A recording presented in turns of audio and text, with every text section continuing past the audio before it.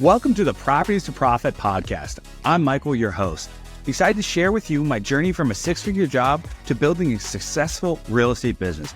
Each episode will explore various aspects of real estate investing, from wholesaling and flipping to managing rentals. I'll share the lessons and insights I've gained, aiming to help you avoid mistakes and achieve your financial goals. Expect guest experts, valuable tips, and practical advice to guide you on your own real estate journey. Thank you for tuning in. If you find any value in this podcast, please subscribe, share, and follow me on social media. Let's turn properties into profits together. Hey guys, Michael here with Properties to Profits. And on today's episode, I wanted to share with you guys an example of how I said no to something and it ended up making me an extra $15,000. So in a previous episode, guys, I talked about how saying no is so important and how most of us won't do it. And so you got to set your goals, right? And I'm going to specifically talk about a family goal of mine. I'm going through a custody battle, so I don't get a ton of time with my daughter.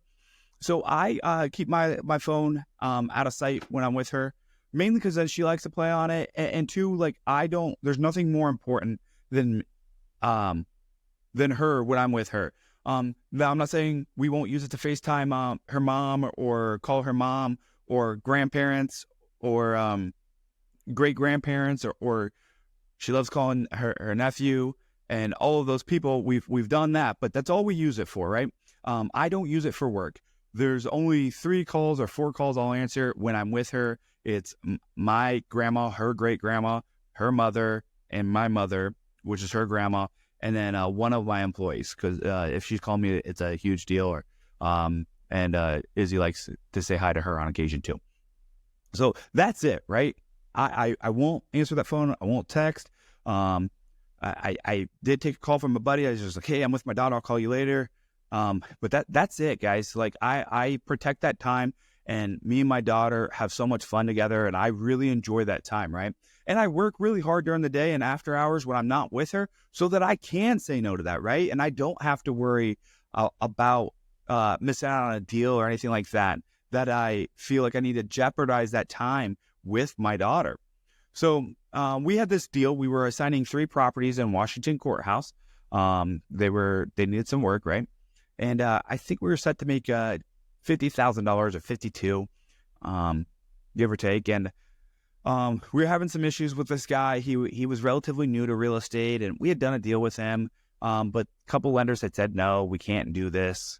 For whatever reason, the lenders we knew couldn't do it. Well, he got this new lender involved, and I wasn't too ecstatic about it because there's a guy who says he can do everything, and I've typically found when someone can do everything, that means they can't do anything. And he's just stouting all the statistics, how many deals he's closed, how many deals he's funded, and I'm like, that's great, good for you, so amazing. Someone who's normally funded that many deals has moved on to bigger and better things, but what do I know? So we're going through this process, and headache after headache. They find out we're making $50,000 on assignment fee. They're like, that's ridiculous. We can't have you do that. I'm like, man, it's such a good deal. And our other lenders that we knew said, hey, it's not the deal that's the problem here. There's other issues at hand, whether the guy had too many properties with that lender, maybe not enough reserves that they wanted to see, something along those lines, right? Whereas this lender is now having an issue with the assignment fee that we're making. And we're like, fine, we'll just double close it. So we cleared that up. Hey, we're just going to buy it. No worries. You're not paying an assignment. You're buying it off of me. I'll take title of it, eliminate that risk. He's like, well, you got to own it for 7 days. I'm like, that's not a big deal. I'll own it for 7 days, whatever. I'm going to ask for a little bit more EMD from your buyer, but we're good to go. I think he was kind of caught off guard. I went home for the day, went to hang out with my daughter. And he starts texting me and calling me. He's like, we need to talk, blah, blah, blah. All of these things. And I don't respond. My teams talk to him and all these things. And they're like, hey, I got to talk to Mike. And like, that's just not how it's going to work around here. If you only have to talk to me, you're probably not our buyer. And so after like several calls, several text messages, I text him, sorry, I can't talk. He's like, hey, this is over a $50,000 deal. I was like, cool. I'm tied up. My team can help you out with that. He's like, no, you don't understand. We need to talk. And I was like, nope, not going to talk to you. Sorry. He's like, wow, you're willing to lose a $50,000 deal? I just hit the thumbs up button. So long story short, we ended up parting ways with that buyer. This lender wasn't going to close it. And I'm very grateful we did that because I protected my time with my daughter, right? That my daughter is not worth $50,000. I only get 2 hours with her at a time, and 30 to 40 minutes with that is in the car, depending on traffic. Sometimes traffic can be a lot worse. Don't pray for those days. And so I wasn't going to waste my time on this guy. Well, what ended up happening is we decided, we got down to the wire, we had to buy these properties. So we did. We bought these properties, and we ended up just taking them to the market, right? Well, those properties went from a $50,000 profit to a $75,000 profit just by taking them down and having cash on hand. Granted, we had some closing costs and things of that nature, but not that big of a deal, right? Closing costs are what, $6,000 for 3 properties, give or take, maybe a little bit less actually. We sold them after paying realtors. We netted $75,000 on this. So what's that lesson, guys? Learn to say no. I've talked about it in a previous episode. Saying no is the most important thing you could do. Well, it really helped me here, right? It protected my time with my daughter, allowed me to enjoy that moment with her. That particular day, I believe it was raining, and we went running through the puddles when I said no, and that was a blast and joy. And if you got a 2-year-old, it really lights their face up to go get muddy and dirty. And so we had a ton of fun doing that. And I didn't have to worry about work, right? Because I was able to say no. I knew that the most important thing in that moment is my daughter, right? I don't get a ton of time with her. And so when I have that time with her, I'm going to say no to a ton of different activities. And it's so that I can be present with her and that her and I can grow and develop the strong daughter-father relationship that I want to have with her. And hopefully as she gets older, she wants to have, right? And I think she will, because I will be present to her. I am very in tune with what she wants and what she needs. And I let her figure out things when she has the ability to figure things out. But I also do some things for her when she's having a day that she can't figure things out. And so I'm only able to do all those things because I'm very in tune with her. I'm very present with her. I'm very mindful of what her needs are and wants are. And it's only going to grow as we get more time. And I'm so excited.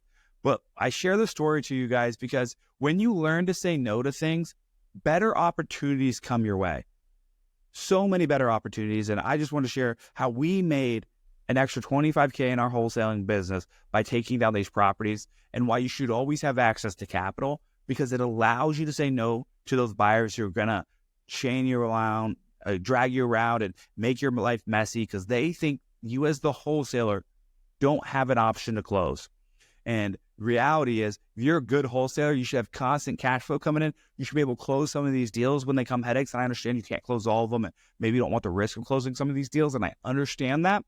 But you want to have the ability to close a good deal when a buyer backs out or a buyer tries to drag you through the mud just to get a discount and do things their way. They need to understand you're doing all the hard work here. You're the one who's upfronting all the marketing costs. They get an asset they could sell. You can't sell the $100,000 ad spend you spent or anything like that. Once that money's spent, it's gone. You have to close the deal. You have to do something with it. And a lot of flippers do not understand that and how hard finding these off-market deals can be. So I want you guys to learn to say no, have cash in the bank so you can close these deals so that your buyers aren't dragging you through the mud, and always get EMD, even if they're a return buyer. Until they've bought 10 plus properties, get EMD, because this was a gentleman who had done one property before, and we got to keep his EMD. He tried to fight us on it. Our lawyer drafted a letter, and we almost drafted a lawsuit on this thing, but once he got a hold of our lawyer, they worked things out. So just to recap, guys, having cash on hand is a great thing in the wholesale business, because when a buyer backs out, you just take them down and list them to the open market.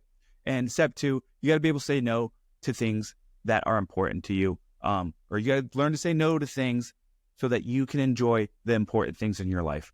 Well, appreciate you guys checking in this Properties to Profits episode and learned how we took down 3 rental properties in Washington Courthouse when our buyer backed out. Our buyer could not perform. And then we went ahead and listed it and made an extra $25K on top of that. So I appreciate you guys. Thanks for tuning in. And if you guys can check out the next episode, if you guys are finding any value in these, please comment, and please like and give a 5-star review wherever you're watching this. And make sure you share this episode to someone else. Appreciate you guys, and have a great day. Thank you for listening to the Properties to Profit podcast. I hope you found today's episode valuable. If you enjoy the show, please subscribe and share it with others who might benefit. Follow me on social media for more updates and tips. Until next time, keep turning properties into profits.